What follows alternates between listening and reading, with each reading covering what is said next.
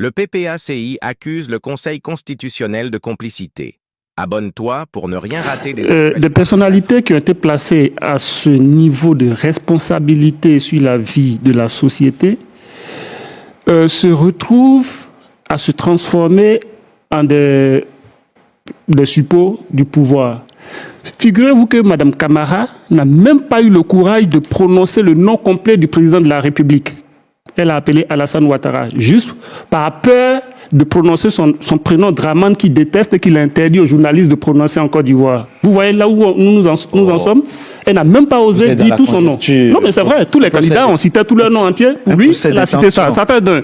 Ensuite, ce qu'on constate, c'est que elle se réfère au code électoral, elle cite des articles du code électoral pour exclure des candidats, mais dans le même code électoral, on dit qu'il fallait une RLE. Et donc, c'est parce que quelqu'un a violé l'article du même code électoral où elle convoque des articles au choix, c'est parce que ça n'a pas été respecté. La RLE 2025, que certains candidats n'y sont pas, et on trouve ça comme argument pour les chasser. Monsieur Seya. Ensuite, pour ce qu'on va faire. Oui.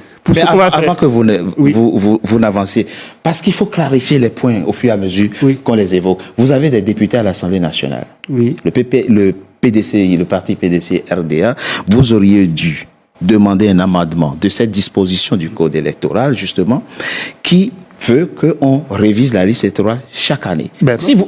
Si vous voulez qu'elle soit révisée avant la présidentielle, il faut amender. Parce que là, on dit chaque année, ils ont jusqu'au 31 décembre pour réviser la liste électorale. Ils n'organiseront pas. Les mêmes qui nous ont dit, oui, le président de la CEI a prononcé la décision. Si on s'en tient strictement aux dispositions du code électoral, en ce qui concerne la révision de la liste électorale. Là, en 2025, il n'y a pas et il n'y aura pas de révision de la liste électorale. Nous sommes en septembre. Oui, mais la structure qui va l'organiser a dit clairement qu'elle n'en fera pas. D'accord. Non, moi je parlais des questions de droit. Pas de précédents débats. Les précédents débats, ils utilisent ça comme un leurre pour distraire. Là, qu'est-ce que vous allez faire maintenant? Ce qu'on va faire, c'est que, en fait, et cela est clair, vous savez, les différents sous une dictature ne se règlent pas même au tribunal. Ce n'est pas au tribunal que ça se règle. Les différends face à une dictature se règlent par la rue et par un recours au peuple. D'accord. Et c'est ce que nous allons faire. C'est ce que vous allez faire.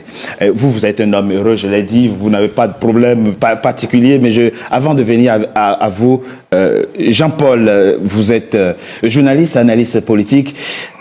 Vous partagez l'indignation de vos compatriotes qui sont extrêmement déçus de la décision rendue ce 8 septembre par le Conseil constitutionnel de votre pays?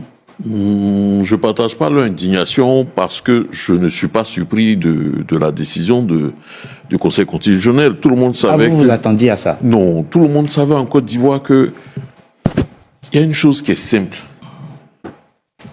Le fameux article 55 qu'on va chercher pour dire que tout Ivoirien, machin, qui a 35 ans peut être candidat à l'élection présidentielle. Mais on oublie aussi d'invoquer l'article 51 de cette même constitution qui donne le choix de la création d'une loi organique pour créer les différentes modalités d'éligibilité. C'est ces différentes lois organiques et le code électoral et qui met en place ces différentes modalités d'éligibilité. Et là-dedans, il est clair que pour être éligible, il faut être électeur. C'est vrai.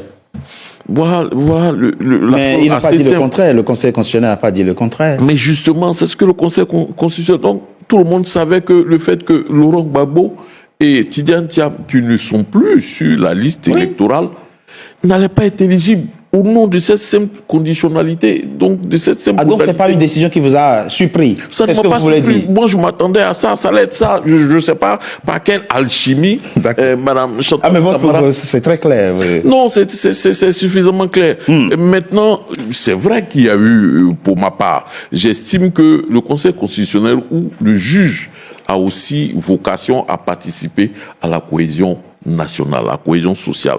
Est-ce qu'un juge, en prenant une telle décision qui écarte un certain nombre de personnalités, qui sont des personnalités fortes et marquantes de la vie publique ivoirienne, de la vie politique ivoirienne, est-ce que cela ne peut pas contribuer à rendre